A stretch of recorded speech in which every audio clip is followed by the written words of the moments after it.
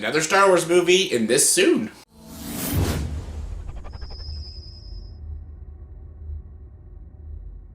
Hey everyone, welcome to the review. Here's my review for the movie Solo, A Star Wars Story. Yes, Solo, A Star Wars Story. This is a movie that no one asked for, but we got anyways. They're doing a lot of these anthology Star Wars movies.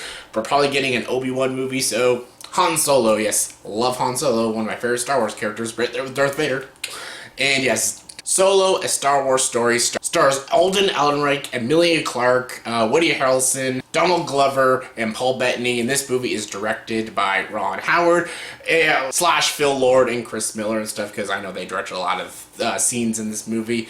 And yes, I apologize ahead of time that I'm not talking very loud because I kind of lost my voice. So yes, we're trying to power through this and get this review out for you guys, because Solo, it's another Star Wars movie, even though it didn't come out on Christmas and stuff. It's a summer Star Wars movie, and honestly, it's actually a pretty damn good movie. I'll just flat out just say that right now. I know this is going to be the most mixed movie since The Last Jedi, which was just a few months ago, but some people are not going to like this movie. Some people are going to call it pointless, which it pretty much is. It's the most funnest, most enjoyable, entertaining, pointless movie you'll watch. It's utterly pointless. We didn't need a story of Han Solo. We don't need to know the backstory of Han Solo, but for what we got from this movie, it's fun. Ron Howard directed this really well. Phil Lord and Chris Miller directed this movie really well, because I know that, again, they did a lot of scenes. And Alden Ehrenreich, I don't know, I guess that's how you say his name, he's perfectly serviceable as Han Solo.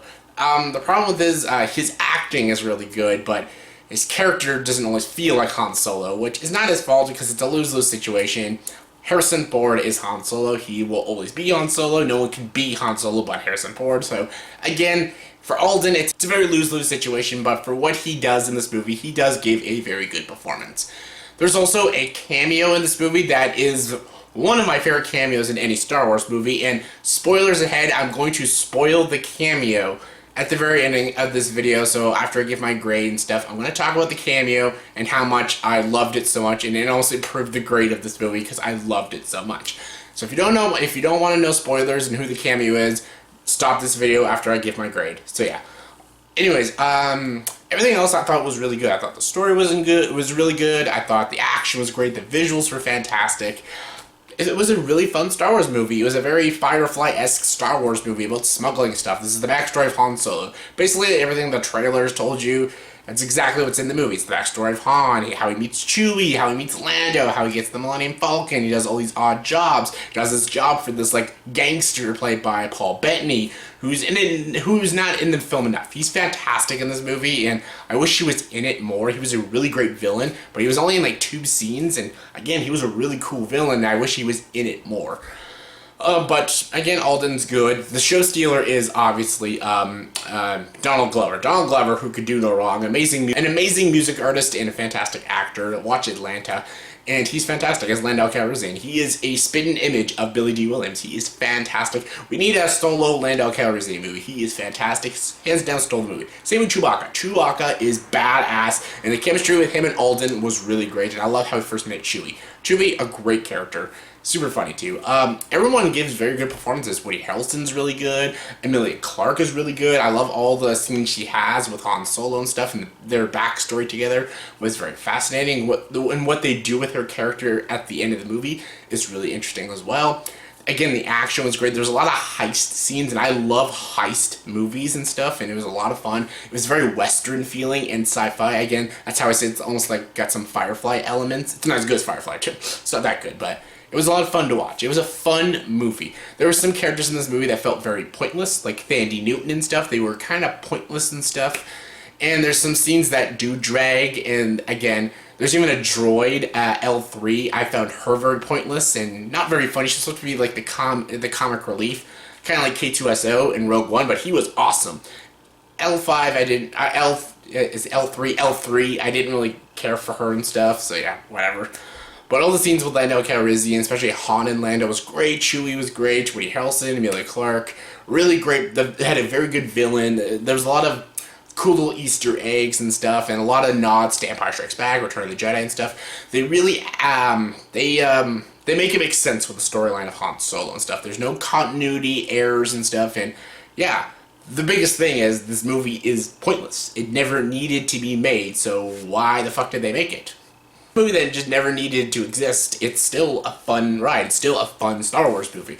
It's not as good as the new Star Wars movies. It's not as ambitious as A Last Jedi, and it's not as engaging and entertaining as Force Awakens, or as gritty and raw as Rogue One, but still a very fun Star Wars movie, and I really had a lot of fun with it. That's simple as that. I had fun with it. Some people are not going to have fun with it, so they're not going to like it. I personally had fun with it. I enjoyed it. It's not as bad as the prequels, even though it is a prequel. It's not as bad as the George Lucas prequels. I thought it was a well-directed, well-written film. Again, it's very pointless, and it doesn't need to be needed. And there's some things that come off very generic, but as an action sci-fi film, it works very well, and I had a lot of fun with it. I might be in the minority and stuff, but I had a lot of fun with this movie, and I'd definitely probably see it again, and definitely buy the Blu-ray and put it in my Star Wars collection. So yeah, I like this movie. I'd recommend it. On a scale of 1 to 10, I'm going to give Solo a Star Wars Story an 8 out of 10. Simple as that. Really enjoyed it. So yeah, okay, I'm going to talk about now the cameo. So spoilers. This is what really upped the grade for me. For the movie itself, it was a very good movie, but it was, again, pointless and very flawed and stuff, but the cameo that happens in this movie is fantastic. Guess who shows up in this movie? Fucking Darth Maul. Darth Maul himself shows up in the ending of this movie, because you find out Paul Bettany, he works for this guy who's higher up, because he says, I answer to someone and stuff, and he fears this person, so I was like, he obviously doesn't answer to the Empire, or like Grand Moff Tarkin and Darth Vader, so who does he answer to? And then Emilia Clarke in the movie pretty much betrays Han Solo and stuff, and she basically radios someone, like the person Paul Bettany serves, because she kills Paul Bettany in the movie. And you find out to this person they serve is Darth Maul, and it's a very old Darth Maul and stuff, and he's got a team together and everything, and basically it's almost tying in with Star Wars Rebels and stuff, and it was fucking cool to see Darth Maul on the big screen, and yeah, the fanboy in me was like screaming out loud, and just so much, the biggest fangasm I had, because Darth Maul is one of my favorite Star Wars characters. He's easily the best character in the prequels. I love what they did with him, what Sam Witwer did with him in Star Wars Rebels and stuff, and I'm super excited. I really hope they give us a solo Darth Maul movie, because seeing Darth Maul, like, amp that score up for a little bit, because I fucking loved that cameo. One of the best cameos in a Star Wars movie, so yeah. Just want to say that cameo, I fucking loved that cameo, so yeah. So yeah, that was my thoughts and opinions on Solo, a Star Wars movie. Not an amazing film, but still a fun one. And yeah, I'd definitely probably see it again, and I would recommend it. So yeah, in the comment section below, please tell me, what did you think of this cameo? What did you think of this movie? Did you think it was needed, not needed? Did you have fun with it? Did you think it was stupid and a generic Star Wars movie? Give me those opinions, comment below, let me know. And as always, if you like this video, please like, subscribe to this channel, and join the dark side.